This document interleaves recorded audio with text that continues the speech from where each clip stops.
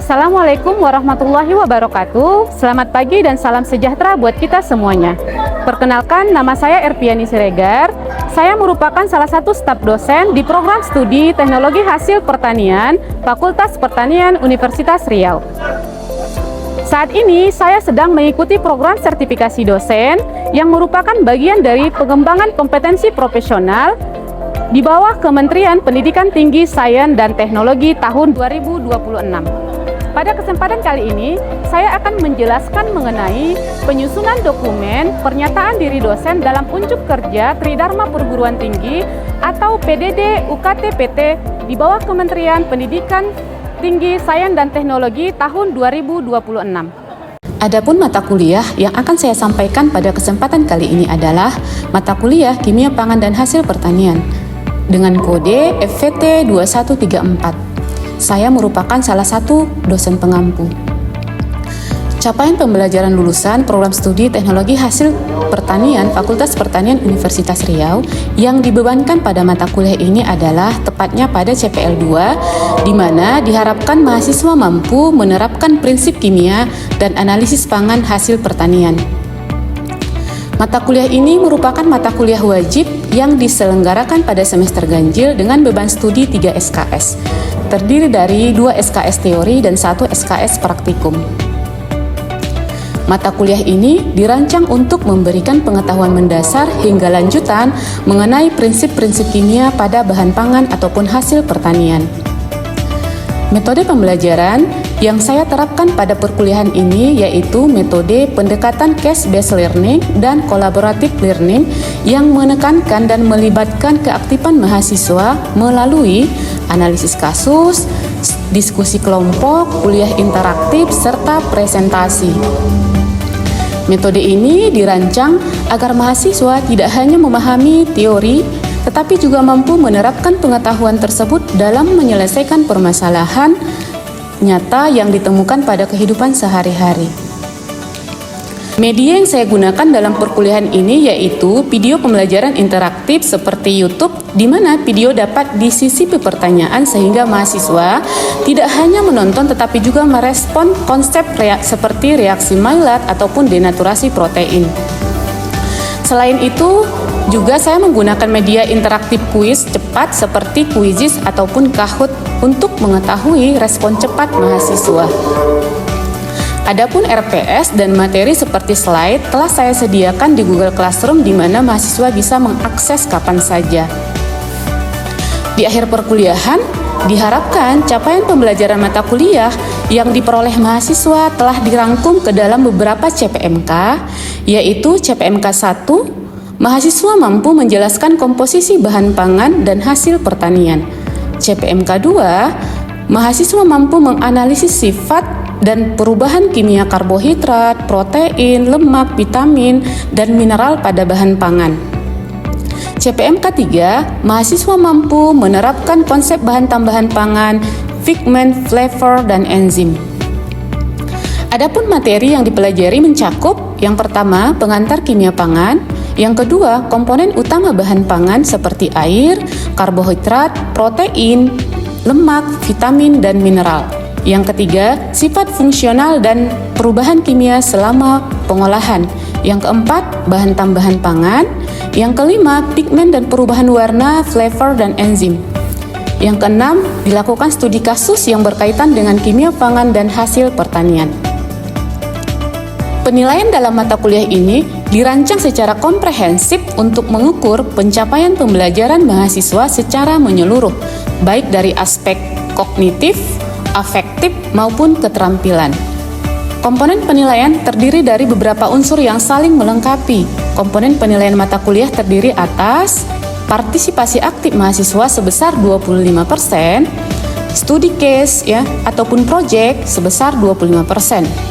Kemudian ada tugas 5%, kuis 5%, kemudian praktikum untuk mengukur keterampilan di laboratorium 10%, kemudian yang terakhir ada evaluasi sumatif berupa UTS dan UAS yang masing-masing memiliki komponen 12,5%. Seluruh komponen tersebut berjumlah 100% dan dirancang untuk menilai keaktifan pemahaman konsep kemampuan analisis dan keterampilan praktik, ya, kedisiplinan serta penguasaan materi mahasiswa secara objektif dan menyeluruh. Adapun referensi yang saya gunakan pada mata kuliah ini berupa buku dan jurnal-jurnal bereputasi dan video dari YouTube. Selanjutnya, mari kita simak video pembelajaran pada mata kuliah Kimia Pangan dan Hasil Pertanian.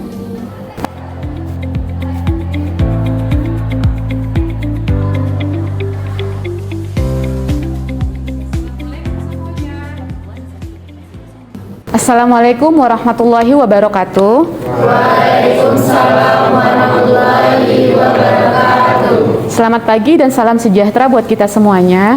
Pagi, Bu. Bagaimana kabarnya hari ini, sehat? Alhamdulillah sehat ya. Tadi pagi sudah sarapan semua kan? Ada yang belum, ada yang sudah. Nanti setelah ini sarapan ya. Nah, baiklah, sebelum kita memulai perkuliahan kita pada pagi hari ini, kita sebaiknya berdoa dulu ya, sesuai dengan kepercayaan dan agama masing-masing. Berdoa, kita mulai.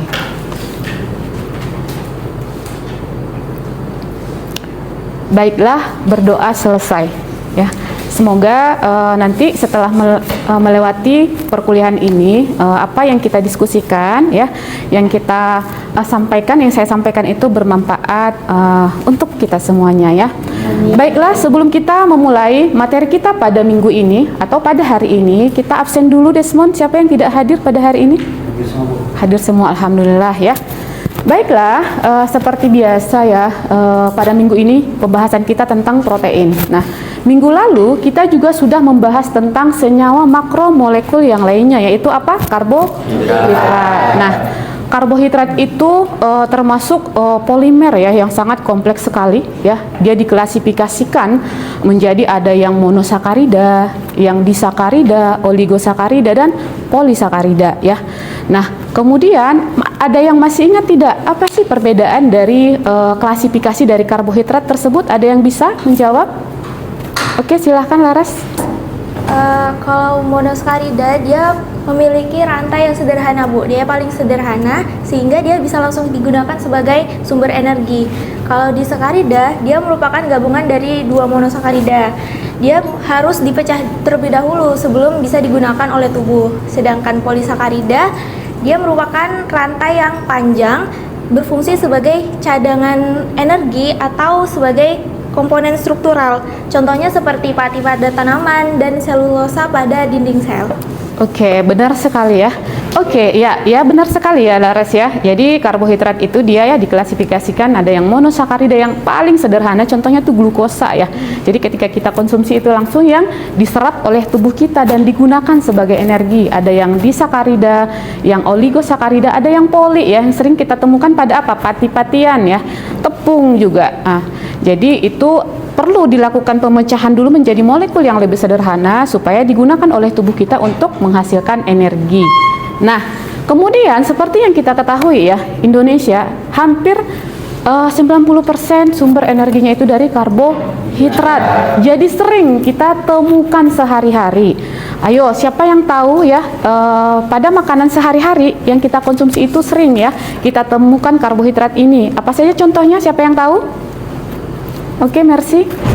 Baik, izin menjawab, Bu. Contoh karbohidrat yang kita jumpai pada pangan sehari-hari itu, Bu, ada glukosa yang terdapat pada buah, ada sukrosa yang terdapat pada gula pasir, laktosa pada susu, dan juga pati yang kita dapatkan pada beras, jagung, dan juga kentang.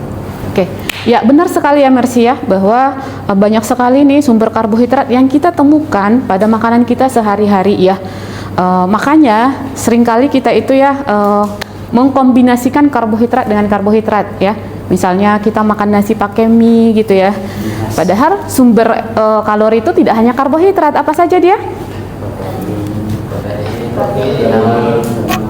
Yes, ada lemak, kemudian ada protein. Nah, protein inilah yang akan kita bahas pada hari ini ya. Jadi pada pertemuan kita hari ini kita akan membahas protein, struktur dari protein itu sendiri, kemudian sifat protein, fungsinya dan perannya dalam bahan pangan. Nah, sebelum kita masuk apa sih itu protein? Nah, seperti pada slide kita bisa lihat sama-sama, inilah sumber-sumber protein yang sering kita jumpai ya. dari hewani, ada yang dari nabati ya. Yang dari hewani itu sering pada ikan, ayam, daging, telur yang paling sederhana ya. Kemudian yang nabatinya sering apa nih kita konsumsi sehari-hari? Tahu, ya, tahu, kacang-kacangan, tempe ya. Kalau misalnya seafood agak-agak mahal sedikit ya. Kemudian kalau yang ikan, kadang tidak semua suka ikan. Ada yang tidak suka ikan di sini? Suka semua ya, benar. Bagus lah, berarti dia seimbang nanti protein dari hewaninya dan protein dari nabatinya, karena yang paling lengkap itu kan yang hewani ya. Ada asam amino esensial penyusunnya ya, ada yang non esensial seperti itu ya. Inilah sering kita temukan sehari-hari. Nah, apa itu protein? Protein ini adalah ya yang sering kita dengar sehari-hari, benar ya? Ini sebagai sumber protein nih, ini bagus nih untuk kesehatan nih, untuk tubuh nih, seperti itu ya. Nah, protein itu adalah suatu senyawa ya, suatu senyawa yang unsur-unsurnya terdiri dari CHONS, S ini terkadang ya, dan kadang-kadang ada unsur lain seperti itu ya. Kemudian protein ini dia disusun oleh asam-asam amino ya.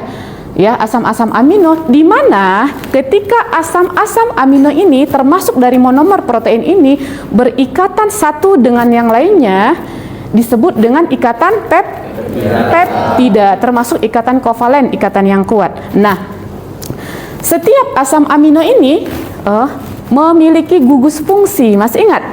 Ada dua gugus fungsi dari asam amino. Yang pertama adalah gugus fungsinya apa? Amina. Yang kedua adalah karboksil ya. Jadi protein ini terdiri dari asam-asam amino ini ya, terdiri dari asam-asam amino. Setiap asam amino itu mereka berikatan dengan ikatan peptida. Yang berikatan apanya? Gugus fungsinya. Ya. Misalnya nih, contohnya yang lebih sederhananya. Kalau misalnya saya mengibaratkan asam amino itu kita manusia, jadi kita tangan kita ini namanya gugus fungsi. Ya, misalnya Rian, gugus fungsinya yang sebelah kanan itu amina, ini karboksil. Si Ariko ini amina, ya, ini karboksil. Nah, gugus yang tadi coba Rian angkat tangannya yang sebelah kiri. Nah, ini tadi gugus karboksil, ya. Jadi suatu molekul, ya, asam amin itu suatu molekul yang mempunyai dua gugus fungsi. Tadi ada karboksil, ada amina. Nah, si amina coba kamu amina ini, jadi ini misalnya si Rian ini kita narasikan atau kita ibaratkan suatu senyawa asam amino. Dia mempunyai dua gugus fungsi, ibaratkanlah tangannya ini ya. Nah, jadi tangan yang sebelah kiri ini disebut gugus amina. Si Ariko tangannya yang sebelah kanan ini gugus karboksil. Ingat karboksil ya, karboksil group ya. Kemudian ini aminnya. Nah, ketika mereka berikatan, karboksilnya dengan aminanya, ya, ketika mereka berikatan karboksil dengan aminanya akan membentuk suatu ikatan peptida. Ini dia ya. Tadi kan CHONS. Nah, setiap gugus karboksil dari satu asam amino dengan satu asam amino yang lain, ya, setiap gugus karboksil nanti berikatan dengan asam amino yang lain, tapi harus gugus aminanya yang diikatnya. Ya kan, gugus aminanya. Jadi ketika ini berikatan menjadi sebuah makromolekul, mereka akan mengalami reaksi dehidrasi namanya, melepaskan satu molekul air. Bisa dipahamin? Nah, begitu terus sampai nanti membentuk rantai polipeptida yang sangat panjang sekali. Ya, misalnya si Rian amina dengan karboksilnya, misalnya si Ariko nih, berarti kalau di situ karboksil, di sini amina, berarti berikatan dengan apa? Gugus si Desmond yang karboksil, begitu seterusnya hingga membentuk suatu ikatan polipeptida yang sangat panjang sekali. Bisa dipahamin ya? Nah, setiap terbentuk ikatan peptida akan melepaskan satu molekul air. Oke? Bisa dipahami apa sih itu protein tadi itu ya? Nah, kemudian ini dia reaksi dehidrasi dan sintesis ikatan peptida sama dengan yang tadi yang Ibu jelaskan ya. Asam amino yang satu dengan asam amino yang kedua ya. Mereka berikatan satu dengan yang lainnya. Terbentuklah ikatan peptida, kemudian melepaskan satu molekul air ya. Itu ya, bisa dipahami ya. Penggabungan residu asam amino selalu melibatkan pengorbanan ya, bukan pengorbanan ya, atau membentuk suatu molekul air untuk setiap ikatan peptida yang terbentuk. Bisa dipahami semua? Bisa ya. Nah, kemudian, ini dia. Umumnya ya, jadi protein-protein ini dibentuk dari monomer dari asam amino ya. Jadi sifat-sifat dari asam amino ini ya, jadi dia sangat esensial. Ada yang esensial, pernah dengar ya? Asam amino esensial, asam amino non esensial. Yang esensial itu apa maksudnya? Esensi, penting ya. Nah, jadi penting untuk apa nih? Untuk metabolisme tubuh kita, untuk produksi sel, perbaikan sel, sintesa sel, itu ya yang esensial. Nah, makanya kita perlu tadi mengkonsumsi makanan yang sumber di awal tadi, dari protein hewani, dari protein nabati. Kenapa? Protein ya yang asam amino esensial ini sangat dibutuhkan oleh tubuh kita. Tetapi permasalahannya adalah ketika tubuh kita butuh asam amino esensial tadi untuk metabolisme, tidak bisa dibentuk sendiri. Tetapi asam amino esensial bagaimana? Asam amino non esensial ini adalah ketika tubuh kita membutuhkan asam amino jenis ini ya, untuk metabolisme tubuh kita bisa membentuk sendiri ya. Contohnya apa sih? Misalnya asam glutamat ya, monosodium glutamat misalnya MSG ya kan, termasuk dari protein kan, dari asam amino dia di ekstrak seperti itu, dihidrolisis kan. Tetapi kenapa tak boleh banyak-banyak kita mengkonsumsinya? Karena ketika tubuh kita butuh tadi asam glutamat tadi, tubuh kita bisa memproduksinya seperti itu, makanya dikatakan non esensial ya. Nah, kemudian esensial nih, leucin jenisnya, isoleucin, valin, lisin dan sebagainya ya. Ada yang non esensial ya, tadi contohnya tadi asam glutamat tadi ya, monosodium glutamat pada MSG ada kan. Nah, ada yang kondisional dibutuhkan saat stres, arginin, glutamin, tirosin, dan sistin ya. Kemudian sifat-sifatnya itu ada yang hidrofobik. Mas ingat apa itu hidrofobik? Yang tidak suka air. Kemudian dia ada yang tidak bermuatan, ada yang bermuatan ya. Kemudian nanti asam-asam amino ini ada yang bermuatan positif, ada yang bermuatan negatif. Nah, nanti kita belajar pada sifat protein di isoelektrik protein ya. Ini dia jenis-jenisnya ya. Bisa kita ketahui sendiri asam amino. Nah, kemudian apa saja sih fungsi-fungsi dari asam amino ini? Banyak sekali. Rasa umami ya. Apa itu rasa umami? Gurih ya, bisa digunakan sebagai rasa umami. Kemudian reaksi pencoklatan mailat ya, nanti dengan apa sih, dia bereaksi dengan gula pereduksi saat dipanaskan menciptakan kerak coklat dan aroma kompleks pada penggorengan. Jadi kayak dia punya ciri khas ketika dipanggang seperti itu atau terjadi karamelisasi ya. Kemudian dia stabil ya, dan dia sangat bagus sekali untuk kesehatan kita, termasuk makromolekul yang sangat penting sekali protein ini ya. Makanya anak-anak juga pada masa pertumbuhan tidak boleh kekurangan zat gizi protein ini sendiri. Kalau apalagi Indonesia ini kita termasuk masih kurang konsumsi protein, termasuk protein hewaninya gitu ya. 80%, hampir 90% sumber energi kita masih dari karbohidrat. Oke. Nah, bisa kita lihat di slide ini lebih ininya ya, lebih jelasnya. Lihat berapa domain itu berwarna, ada yang kuning divisualisasikan, ada yang hijau, yang biru sama yang ungu ya. Lihat tersier dan gabungan berapa domain ya. Ini dia. Nah, kemudian yang primer juga jelas ya. Primer, sekundernya tadi ya paralel, betasid, ada yang tersier, ada kuartener. Nah, kemudian kita masuk ke sifat protein. Tadi struktur protein, ada yang primer, ada yang sekunder, dan kita masuk ke sifat protein. Nah, sifat protein yang pertama yang kita ketahui nanti adalah titik isoelektrik protein. Pernah dengar apa itu titik isoelektrik protein? pH di mana ya suatu protein itu nanti dia bermuatan 0 ya. Dia bermuatan 0 ya. Nah, jadi asam amino ini ya, asam amino ini nanti ada dia yang asam amino asam, asam amino basa, dan asam amino netral dia ya.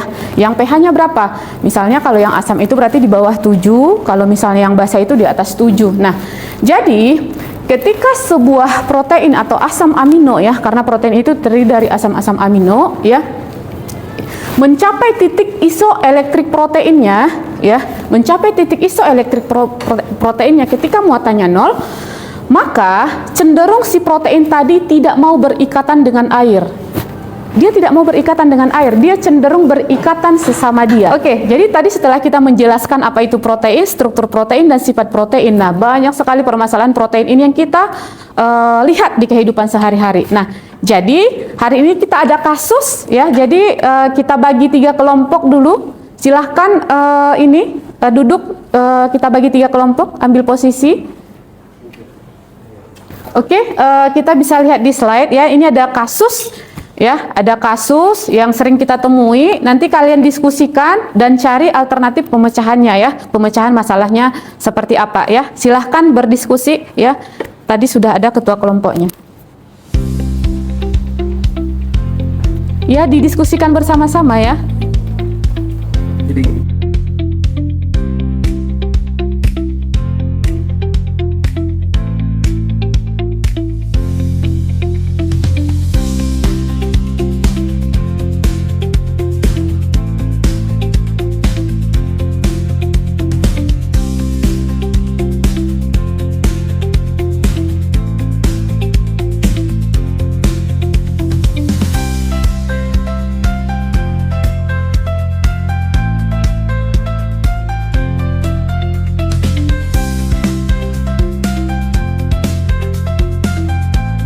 Oke, baik, diskusinya sudah selesai. Silahkan tadi masing-masing kelompok sudah sudah mendiskusikan solusi dari permasalahan yang sedang kita diskusikan bersama. Yang pertama, kelompok 1 ya, untuk mempresentasikan hasil diskusinya. Kelompok 1 silahkan.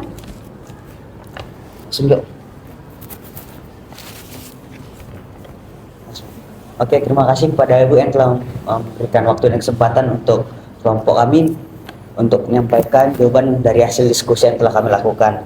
Nah, dari diskusi yang kami lakukan, yang bisa dilakukan itu adalah melakukan rekayasa kontrol lingkungan, itu di gudang penyimpanannya, yang dimana warna yang menguning ini terjadi akibat reaksi Maillard, yang dimana laktosa itu bereaksi dengan protein susu karena dipicu oleh suhu gudang yang hangat dan kelembapan udara dari luar. Reaksi inilah yang menghasilkan polimer warna kuning yang bernama melanoidin. Nah, hal yang bisa dilakukan atau tindakan yang bisa dilakukan adalah mengubah sistem gudang semi terbuka menjadi gudang tertutup yang dilengkapi dengan sistem pengondisian udara atau chiller room.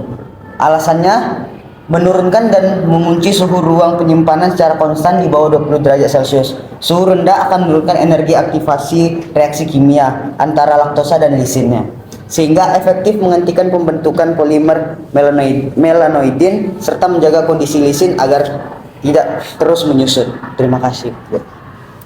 Oke, bagus sekali ya. Ya, itu dia tadi terjadi reaksi Maillard sehingga terjadi perubahan warna ya pada susu bubuk ya. Ini sering kali terjadi karena adanya tadi reaksi antara asam amino ya dengan laktosa di sana ya. Kemudian yang kelompok 2 siapa yang ingin mempresentasikan? Baik, terima kasih atas kesempatannya Bu. Di sini saya akan menyampaikan hasil dari diskusi kelompok 2. Mengapa terjadinya penurunan kadar lisin pada produk susu? Lisin ini memiliki gugus amino bebas yang sangat reaktif. Gugus ini berikatan kovalen dengan laktosa sehingga membentuk senyawa yang baru, sehingga strukturnya berubah dan tidak lagi terdeteksi sebagai lisin bebas. Bagaimana cara mengatasinya? Di sini kita dapat mengatasi dengan memodifikasi sistem pengemasan produk dengan mengganti material kemasan dengan high barrier aluminium foil multilapis dan menerapkan metode modified atmosphere packaging dengan menggunakan injeksi gas nitrogen, di mana migrasi uap air dari luar gudang ke dalam produk dapat dikurangi sehingga menjaga nilai aktivitas AW dari produk.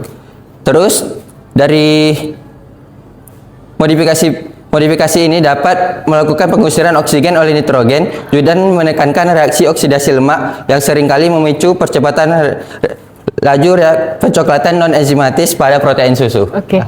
Ya, sangat luar biasa sekali ya kelompok 2 ya. Cara mengatasi masalah dari terjadinya penggumpalan atau perubahan warna pada susu bubuk ya, sering sekali ya pada susu bayi terutama. Nah, berikutnya kelompok 3 silahkan untuk mempresentasikan hasil diskusinya. Baik, terima kasih atas kesempatannya mengenai diskusi kami dari kelompok 3, yaitu studi kasus susu formula yang sudah menggumpal. Pertama, kami akan menjelaskan itu tentang peristiwa tersebut, yang mana ikatan baru tersebut merupakan ikatan yang mengubah struktur protein susu atau disebut dengan denaturasi, yang menyebabkan penggumpalan dan kehilangan kemampuan dalam mengikat air. Jadi tindakan ataupun solusi yang bisa disampaikan dari kelompok kami yaitu menyesuaikan sedikit nilai pH formula cair susu ke arah sedikit asam sebelum masuk ke proses pengeringan semprot atau spray drying. Mungkin itu saja yang bisa kami sampaikan. Kurang lebihnya kami terima kasih. Oke, terima kasih atas jawaban yang sangat luar biasa sekali ya dari kelompok 3 ya. Jadi demikianlah ya hasil diskusi kita pada pertemuan kali ini. Jadi selanjutnya kita kuis ya. Kita ada kuis untuk mengevaluasi sejauh mana sih kita memahami materi kita pada hari ini ya. Mulai dari tadi apa itu protein, sumber protein, struktur protein, sifatnya gitu ya. Pengaruhnya ke bahan pangan. Oke, selanjutnya kita kuis ya. Setelah materi tadi kita pakai Kahoot, siapkan semua ponselnya udah? Oke, kita mulai ya.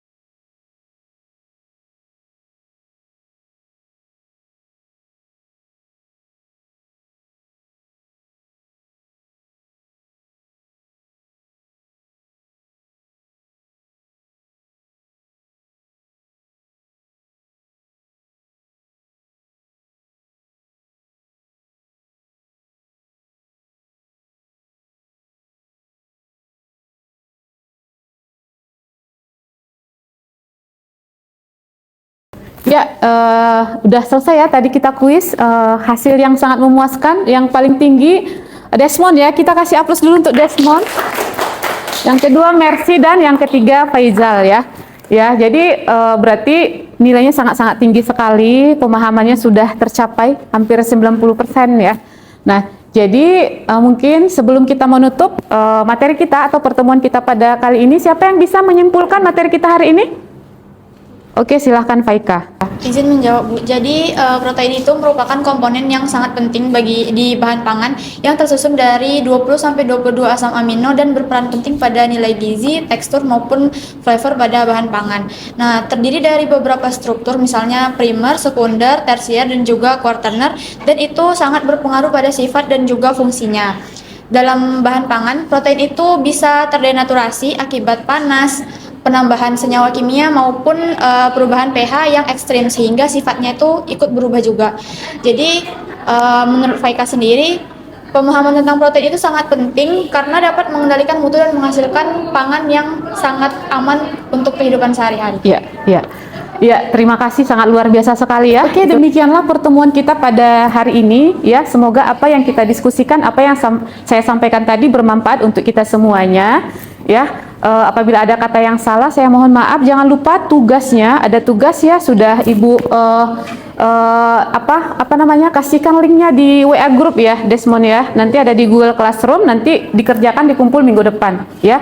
Demikian saja untuk hari ini ya. Billahi taufiq wal hidayah. Assalamualaikum warahmatullahi wabarakatuh. Waalaikumsalam warahmatullahi wabarakatuh. Demikianlah video pembelajaran ini dilaksanakan pada hari ini pada mata kuliah Kimia Pangan dan Hasil Pertanian pada program studi Teknologi Hasil Pertanian Fakultas Pertanian Universitas Riau. Video ini dibuat sebagai salah satu syarat penyusunan dokumen pernyataan diri dosen dalam unjuk kerja Tridharma Perguruan Tinggi tahun 2026. Semoga menjadi pertimbangan yang baik bagi tim reviewer dalam penilaian portofolio. Terima kasih sudah menyimak dari awal sampai akhir. Saya akhiri. Billahi taufiq wal hidayah. Assalamualaikum warahmatullahi wabarakatuh.